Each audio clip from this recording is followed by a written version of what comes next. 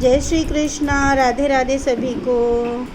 और अब हम लगे हैं घर को सब इतर वितर हो गया। देखो अब बच्चों का जो रूम है वो सब में सब चेंज मतलब क्या, सब सजावट हट रही है पूरे घर में। अब पेंट शेंट तो पूरी तरह से अस्त व्यस्तता है घर में, सब निकाल रहे हैं। और बिहारी जी ने कहा भी था, याद होगा, कि जब वो चाहेंगे तब निकलवा देंगे। अभी हम कुछ दिनों से सोच रहे थे कि घर में बच्चों के मतलब रूम में थोड़ा सा कलर चेंज करेंगे या कलर कुछ करेंगे, लेकिन कर ही नहीं पा रहे थे, मतलब समय नहीं निकल रहा था। तो आज का ये जो स्वप्न लीला है वो आप पहले सुन लीजिए, आपको सब समझ आ जाएगा। आज होता ये है कि हमारा जो कन्हैया है, मतलब कल रात को मैंने वो चावल का पूरा जो कट्टा होता है ना वो मंगा के रखा था, तो वो मैंने बाहर ही रहने दिया, मतलब किचन में अंदर नहीं रखा, रूम में ही रहने दिया। उनके रूम में नहीं, मतलब बीच वाले मिडिल में, और वहाँ पे छोड़ दिया। और सपने में जो है, स्वप्न लीला में हमारे जो लाडली है वो आवाज़ देती है, सोना सोना ये देखो कन्हैया केशव ने क्या किया। तो सोना जल्दी से रूम से आती है और वो क्या देखती है कि उन्होंने पूरे कट्टे में उंगली से छेद कर दिया है, और उस छेद से चावल निकाल कर उन्होंने पूरे घर में स्वास्तिक बनाया है चावलों से। मतलब पूरे घर में चावल बिखरे पड़े हैं पूरे में, और वो उससे स्वास्तिक जो है बना रहे हैं। और सोना ये देखकर एकदम से परेशान हो गई है कि ये क्या किया तुमने, पूरे घर में इतने सारे स्वास्तिक, पूरे चावल तुमने बिखेर दिए, इतना सारा काम मुझे लगा दिया। तो सोना बोलती है, रुक जा कन्हैया, आज तो तेरी ना डंडे से खबर लूँगी।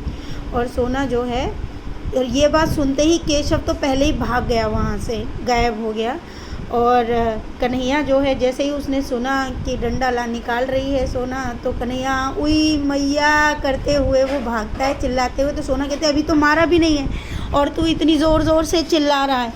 तो उसके बाद वो भी गायब, लाडू भी गायब, सब गायब हो जाते हैं। और सोना अकेली वो चावल बीन रही है और चावलों को जो है कट्टे में भर रही है, और मन ही मन में कह रही है कि हे भगवान, ये लोग कितना काम बढ़ा देते हैं, कितना सारा काम लगा देते हैं। और ये बोलते बोलते वो चावल भर रही है, तभी वो क्या देखती है कि सामने से हमारे ठाकुर जी चले आ रहे हैं। और मन में सोना ये भी सोच रही है कि आज ना समय मिलता, आज तो इन्होंने चावल बिखेर दिए, समय मिलता तो मैं कलर कर लेती। यही बात बिहारी जी ने सुन ली और बिहारी जी बोले, सोना तुम कलर करने वाली हो? तो बिहारी जी कहते हैं कि पता है, रंग तो मैं भी कर सकता हूँ, मैं भी रंग भर सकता हूँ, ऐसे बोला बिहारी जी ने। तो सोना बोली, नहीं नहीं नहीं, आप रहने दो, मैं खुद कर लूँगी, लेकिन अभी नहीं कर रहे हैं, अभी हमारे पास पैसे नहीं हैं। तो बिहारी जी कहते हैं, मैं दे रहा हूँ ना पैसे। तो सोना कहती है, आप कहाँ से देंगे पैसे, आपके तो कपड़ों में जेब ही नहीं है। तो बिहारी जी कहते हैं, मेरी एक अलग जेब है, मैं अंदर से जेब से निकाल के देता हूँ, रुको रुको। तो सोना को वो पैसे देते हैं, सोना जाती है, कलर लेके आती है, और वो वाइट कलर लेकर आ जा, मतलब कलर मंगाते हैं, ऑरेंज कलर, वाइट कलर कुछ सोना जो है लेकर आती है। और बिहारी जी जो हैं टेबल पे खड़े हो जाते हैं उन्हीं के रूम में, यानी जिसमें हमारे बच्चों का जो रूम है, और उसमें सामने वाली फ्रंट दीवार पे वो कलर करने लगते हैं।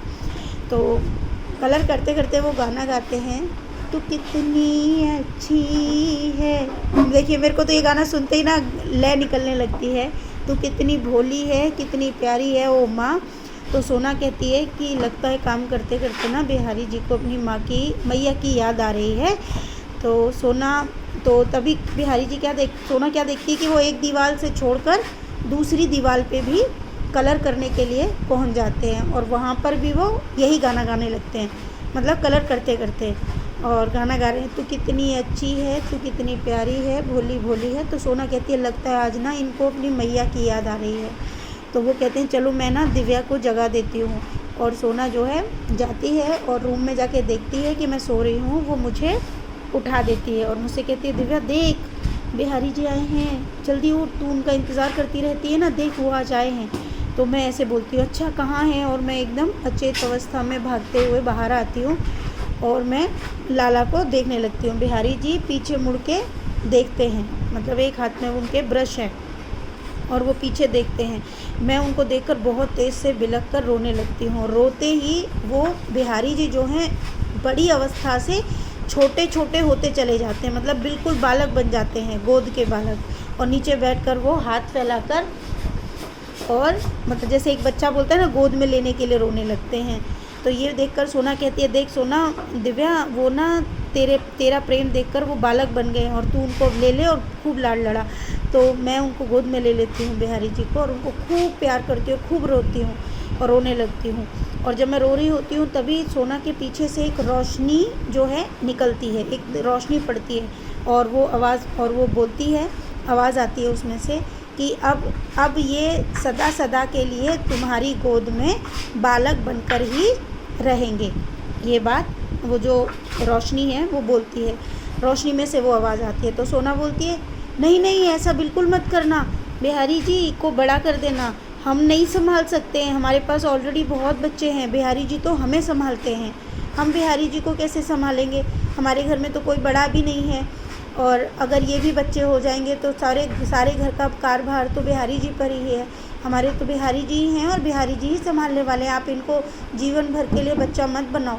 तो वो कहते हैं नहीं अब तो यही होगा, अब जैसा भी है। तो सोना बोलती है नहीं नहीं आप प्लीज़ बिहारी जी को बड़ा कर दो, अग्निदेव जी आप जो भी हैं। तो वो कहते हैं मैं अग्निदेव नहीं हूँ। तो बोला आप जो भी हो आप कर दो, और उधर मैं बच्चे से प्रेम ही कर रही हूँ। तभी मैं मतलब बिहारी जी से कहती हूँ कि लाला तुझे कितने दिन हो गए, तू आता भी नहीं मुझसे मिलने, क्यों नहीं आता, मैं इस तरह से बातें कर रही हूँ। तभी मतलब मैं बहुत तेज़ बिलख कर रोने लगती हूँ और उस रोशनी से जब आवाज़ आती है कि नहीं बिहारी जी अब बड़े नहीं होंगे, तो सोना बोलती है नहीं आपको करना ही पड़ेगा उनको बड़े। तो तभी बिहारी जी जो हैं छोटे से बड़े होने लगते हैं और फिर मैं बिहारी जी से बोलने लगती हूँ, मतलब वही बिलखते हुए कुछ कहती हूँ। तो तभी मेरी तबीयत जो है बिलखते हुए थक चुकी है और मैं बोलती हूँ कि सोना बोलती है कि दिव्या तू जाके सो जा, तेरी तबीयत ठीक नहीं है, तू थोड़ा आराम कर ले। और मैं अंदर चली जाती हूँ और मैं आराम करने लगती हूँ और सोना बोलती है कि मैं बिहारी जी से बात करती हूँ। तभी सोना देखती है कि बिहारी जी बहुत ज़ोर से हंसने लगते हैं और चारों तरफ जो है उनके हंसने की आवाज़ चलती है। तो तभी सोना बोलती है कि ये कितनी गलत बात है, वो आपको कितना प्रेम करती है, आप अपने सच्चे भक्तों को क्यों नहीं मतलब दर्शन देते हो, क्यों उनके सामने नहीं आते हो। तो बिहारी जी कहते हैं कि मैं मजबूर हूँ, मैं अभी नहीं आ सकता हूँ, लेकिन हाँ मैं ज़रूर आऊँगा उनके सामने। इन आँखों से वो मुझे अभी नहीं देख सकती हैं क्योंकि उनकी ये आँखें अभी इस लायक नहीं हैं। तो सोना बोलती है कि क्यों नहीं है, वो आँखें भी तो आप ही ने बनाई हैं ना। तो बोले नहीं अभी नहीं। इस तरह से वो सोना को मना करते हैं। तो सोना कहती है आपको झूठे लोग बहुत पसंद है ना, जो अच्छे और सच्चे होते हैं वो आपको पसंद नहीं है। तो कान्हा जी कहते हैं नहीं ऐसी बात नहीं है, मैं मजबूर हूँ। और ये बात करके इस बात को टाल देते हैं और फिर कान्हा जी कहते हैं ठीक है अब मैं चलता हूँ, अब मैं जाता हूँ। और ये कलर जो है जितना मतलब प्रभु करते हैं उसको छोड़ देते हैं और वो जाने लगते हैं। जब वो सीढ़ियों से उतरते हैं तो सोना कहती है, सोना से बिहारी जी कहते हैं अच्छा ये बताओ कोई और काम है क्या, बताओ मुझे। तो सोना कहती है ना, आप मुझे बताओ। हाँ मुझे याद आ गया, आप मुझे एक चीज़ का जवाब दीजिए, आपने मुझे नौकरी क्यों नहीं दी। मैंने आपसे कितनी बार कहा मुझे नौकरी दे दो, नौकरी दे दो, आपने मुझे नौकरी क्यों नहीं दी, क्या आपने मेरे भाग्य में ऐसा कुछ भी नहीं लिखा। तो बिहारी जी कहते हैं अच्छा ये बताओ तुमने नौकरी किसके लिए मांगी थी। तो बिहारी जी से सोना कहती है मेरे मम्मी पापा के लिए। तो बिहारी जी कहे इसीलिए तुमको नौकरी नहीं मिली। तो सोना बोली वो कैसे। तो कान्हा जी कहते हैं क्योंकि तुम्हारे माता पिता के भाग्य में तुम्हारी नौकरी नहीं थी, इसलिए तुमको नौकरी नहीं मिली। अगर तुमने अपने लिए मांगी होती तो तुमको मिल जाती। तो सोना बोली कि मैं अपने लिए क्या करती। सोना ने बोला तो बोला तो बस तो क्यों परेशान हो। तो सोना बोलती है नहीं लेकिन आपने कुछ भी ऐसा नहीं किया, मेरी इतनी सारी कुंडली बनी, मेरी कुंडलियों में भी सब आपने इधर उधर लिख दिया, कुछ समझ नहीं आता क्या है, मेरे भाग्य में आपने कुछ नहीं लिखा। तो कान्हा जी कहते हैं तुमको सब मिलेगा, क्यों परेशान होती हो। तो कान्हा जी तो सोना कहती है कब मिलेगा, बुढ़ापे में। तो कान्हा जी कहते हैं कि नहीं बुढ़ापे में नहीं। और सोना कान्हा जी से काफ़ी सारी बात करती है। तभी कान्हा जी कहते हैं देखो तुम कितनी ज्ञानी हो गई, मुझसे कह रही थी ना कि ज्ञान चाहिए, इसीलिए मैं ज्ञानी नहीं बनाता हूँ क्योंकि ज्ञान देने पर मुझे ही सिखाने लग जाते हैं। ये बात कान्हा जी बोलते हैं।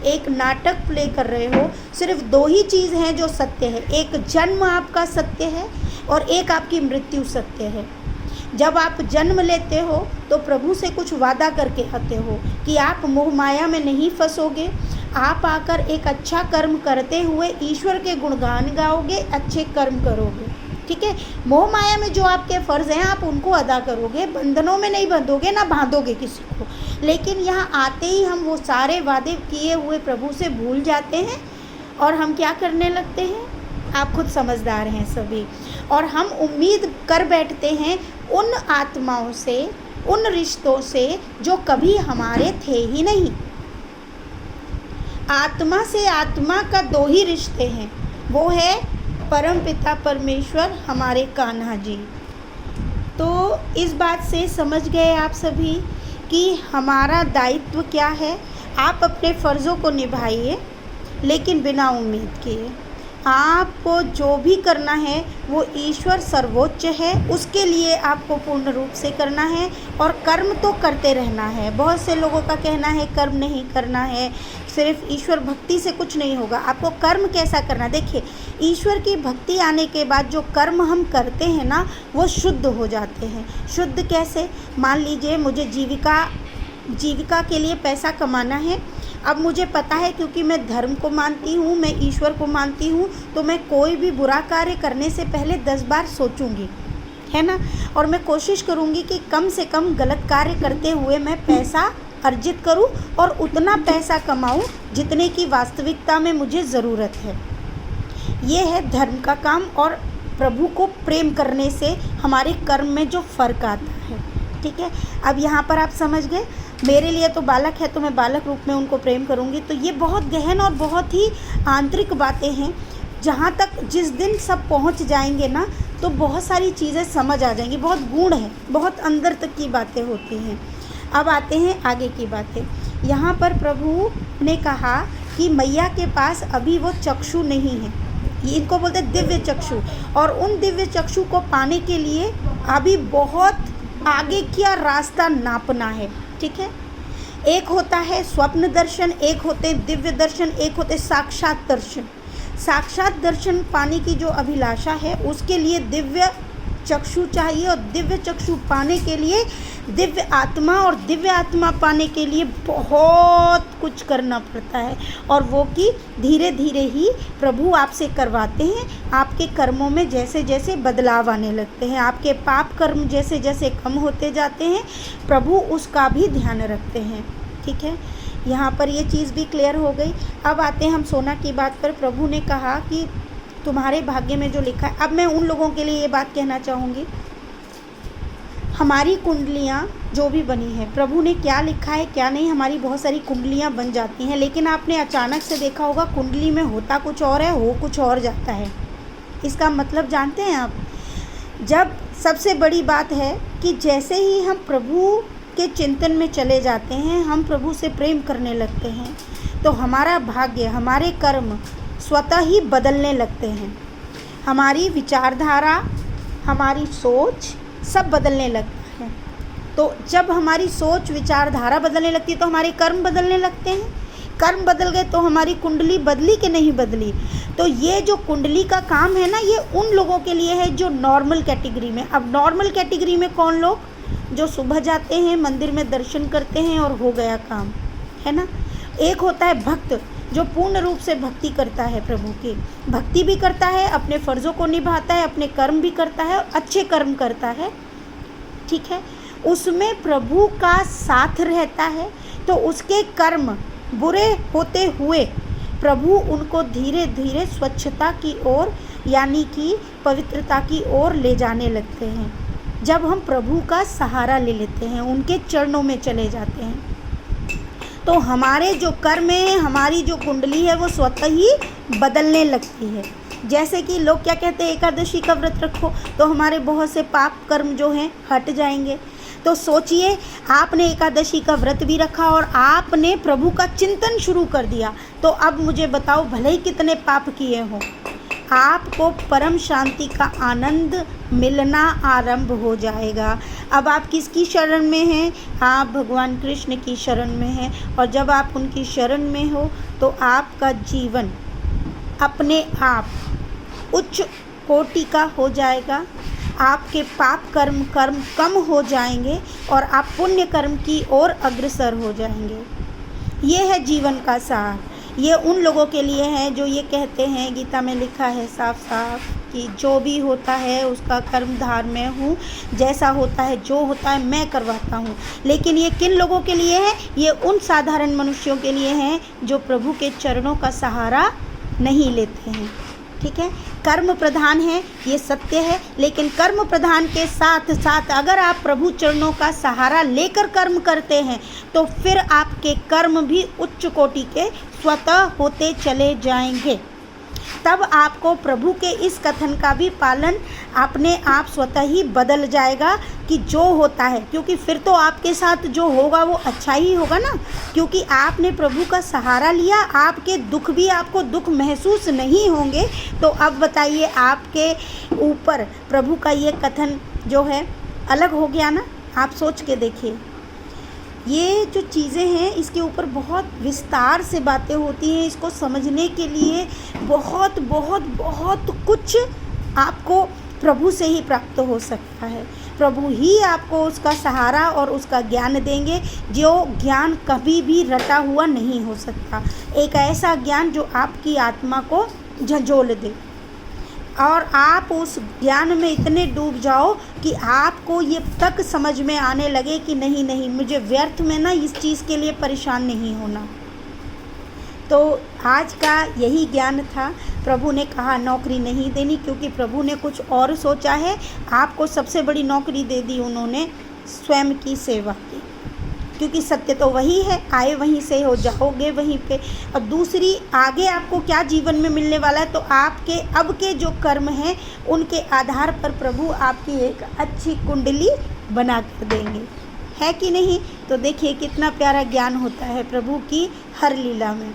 और देखिए ये सब इत्र वित्र हो गए ना, चावल दाने सब, तो हमारे घर का भी अभी यही हाल है, चारों तरफ सब फैलावा है। अब सब नया होगा तो दिवाली तक होगा, तो अब कम, लेकिन काम तो अभी से शुरू हो गया है, अब धीरे धीरे चलेगा और तब तक पूर्ण होगा। तो बहुत सारा प्रेम सभी प्रेमियों को, और खूब सारा प्रेम प्रभु बांके बिहारी जी की तरफ से। कान्हा जी आप सबको खूब प्रेम और अपनी कृपा बरसाएं। राधे राधे।